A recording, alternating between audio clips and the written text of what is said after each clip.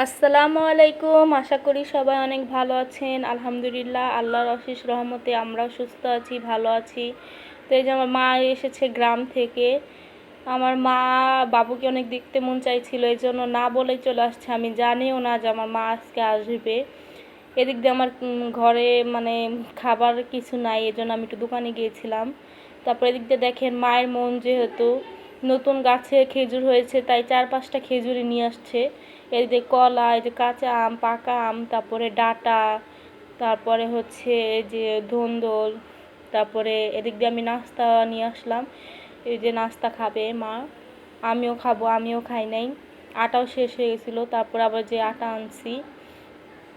তো যাই হোক, মার মন এরকমই হয় হয়তো, যে দেখতে মন চাইলে হঠাৎ করে চলে আসে। আমি কিন্তু জানতাম না, রাত্রেও ফোন দিয়ে কথা বলা হয় নাই, দুদিন ধরে কথা বলা হয় না, এই জন্য আর কি বুঝি নাই যে চলে আসবে। তারপরে চলে আসছে।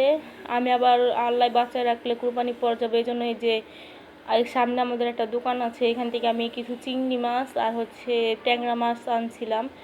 এই ট্যাংরা মাছ আবার আমার আম্মা খায় না, এই জন্য চিংড়ি মাছ দিয়ে ওই গ্রামে যে ধুন্দুল ছিল সেইগুলা দিয়ে রান্না করব। মা বলছিল আমি রান্না করি, তারপরে আমি বললাম যে না, তুমি অনেক কষ্ট করে আসো, তারপরে তোমার রান্না করতে হবে না, আমি রান্না করি। তো মা এদিক দিয়ে ঘর টর সব এলোমেলো করে নিচ্ছে। আমার মা আসলে ঘরের যত কাজ আছে সব কিছু করে দেয়, না করার সত্ত্বেও করে দেয়। এটাই হয়তো মায়েদের নিয়ম, যে মেয়ে সবসময় কষ্ট করে জেনেই সব কিছু করে দিয়ে যায়। যাই হোক, এদিক দিয়ে রান্না বান্না করছি। একটু লবণ দিয়ে দিলাম, তারপরে এগুলা একটু কষায় নিয়ে তারপরে ধুন্দুল দিয়ে দিব। তারপর এদিক দিয়ে আমি বাকি কাজগুলোও করব। এদিক দিয়ে আজকে বাসায় পানি ছিল না, এই জন্য আবার আমার কাজে একটু দেরি হয়ে গেছে। মা আসলে অনেক কিছু এলোমেলো করে নেয়, এই জন্য আর রান্না করতেও দেরি হয়ে যায়। যাই হোক, এদিক দিয়ে আবার ডিম একটু ঝুরি ঝুরি করে নিচ্ছিলাম, পাতাকপি এনেছি সেগুলো দিয়ে ভাজি করব। এই জন্য পাতাকপির ভিতরে ডিম দিলে আমার অনেক ভালো লাগে খেতে, এই জন্য আবার একটু ডিম দিয়ে তারপর পাতাকপিটা ভাজি করে নিব। আজকে হঠাৎ করে দেখি দোকানে পাতাকপি এনেছে, এই জন্য আবার পাতাকপিটা আনা। তো যাই হোক, অকালি জিনিসগুলো কিন্তু খেতে মজাই লাগে। ভাজিটা দিয়ে ভাত খেতে অনেক মজাই লাগতেছিল।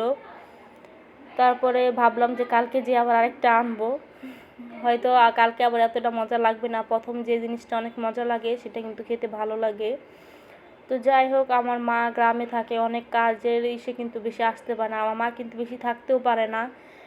ধরেন আজকে আসলো, কালকে সকালবেলা চলে যায়, বা আজকে রাত্রে সন্ধ্যার দিক দিয়ে আসলো, কালকে বিকালের দিক দিয়ে আবার চলে যায়, এরকম করে।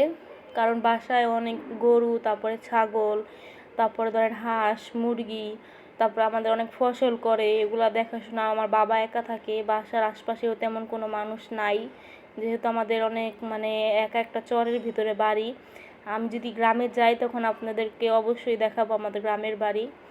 এমনি পরিবেশটা অনেক ভালোই লাগে, তারপর আমার কাছে কেন জানি ভালো লাগে না, কারণ সবসময় একটা বিপদ আপদ হলে মানে কোনো দেখার কেউ নাই, এরকম অবস্থা।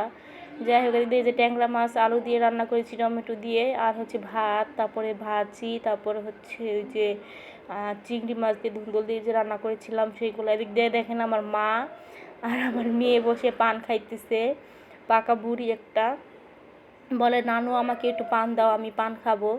আবার বলতেছে চুন দাও, চুন খাবে, এরকম অবস্থা আমার মেয়েটার। তো যাই হোক, সবাই ভালো থাকবেন, সুস্থ থাকবেন, আল্লাহ হাফেজ।